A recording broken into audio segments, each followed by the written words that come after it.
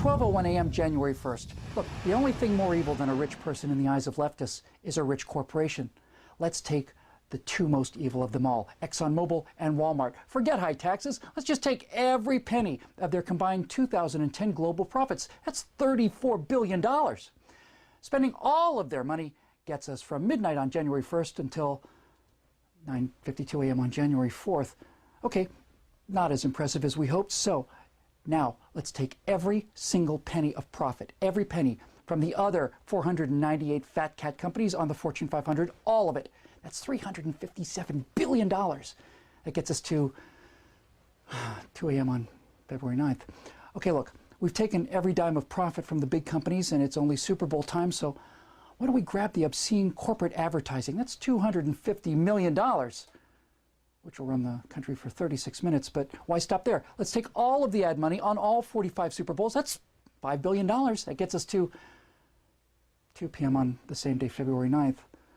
Look, it's obvious that we can't do this just on the backs of corporations. So if we're going to soak the rich, let's start with the obscene sports salaries. Let's take all of the salaries from the NFL, the NBA, NHL, Major League Baseball, not their endorsement deals, just their salaries. Throw in all of the winnings on the PGA Tour and the money spent with those redneck, knuckle-dragging NASCAR fans as well. That's $9.4 billion, which gets us to 1 p.m. on the next day, February 10th.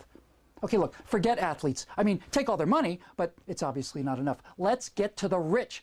Let's take 100% of every penny that anyone makes above $250,000. I can hardly wait. Let's see. The number of U.S. households is 116 million. The percentage of households above 250K in income, I think that's 1.93%. So the number of households above 250K of income is 2,238,800 households. The total income of those households in excess of $250,000 is $1.412 trillion. Now we're talking. Let's eat the rich. Let's take everything everyone makes in America above $250,000, which gets us from February 10th all the way to, 6 p.m. on July 2nd. Well, look, obviously, we're going to have to cut some spending. I know. Why don't we just stop paying for the wars in Iraq and Afghanistan? That's where the money for healthcare goes after all, right? Into wars for oil? Not another dime for them. Let's just bring them all home right now. That would save us $105 billion in Afghanistan and $159 billion in Iraq for a total of $264 billion. That's enough savings to cover us until 4 p.m. on July 29th. Hey, that's blockbuster season.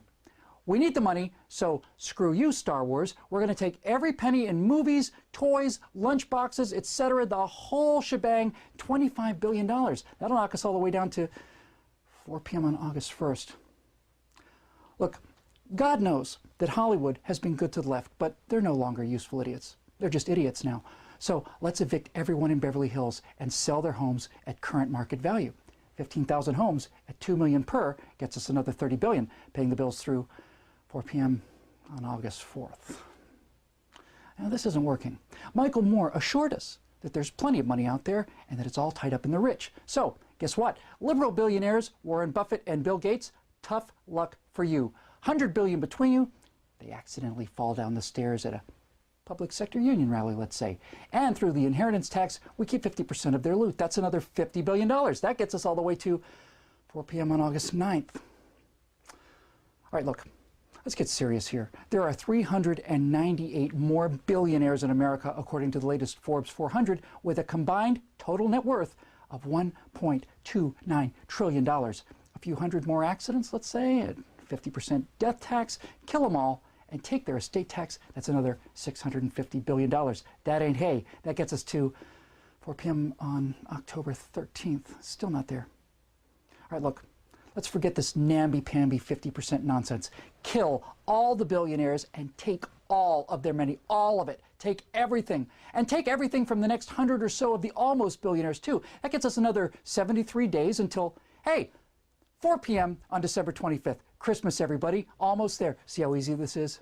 Now, remember, this money is for America's poor, so in the spirit of Christmas, let's get rid of all that foreign aid. That saves us $50 billion, getting us to 4 p.m. on December 30th. So near and yet so far. We've still got a day and change to pay for. To cover the remaining $12.5 billion, we're unfortunately going to have to hit every single man, woman, and child in America for $40 each to pay for that final 32 hours. which gets us to 12 a.m., January 1st, 2012. Happy New Year, everybody. And what happens next? You see, we've taken all of the profits, all of the salaries, all of the assets, all of the expenses and revenues and holdings of the rich, and we've liquidated them. President Obama, meanwhile, is proposing we spend another $3.6 trillion in 2012. 1,000 billion of that is more than we take in. And that assumes $2.6 trillion in revenues, but revenues from what? We've destroyed the private capital. We've destroyed advertising revenues. We've destroyed professional sports. We've taken every penny that people have to put into new businesses to pay for things. It's all gone. We ate the rich. We ate everything they had. And we scraped through for 1 year. Now what?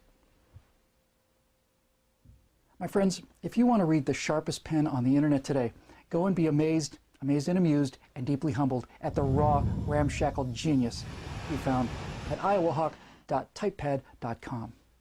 And if you think messages like these are important, well, it's up to you to keep them coming. Go to declarationentertainment.com and become a citizen producer today. I'm Bill Whittle, and we'll see you next time on The Firewall.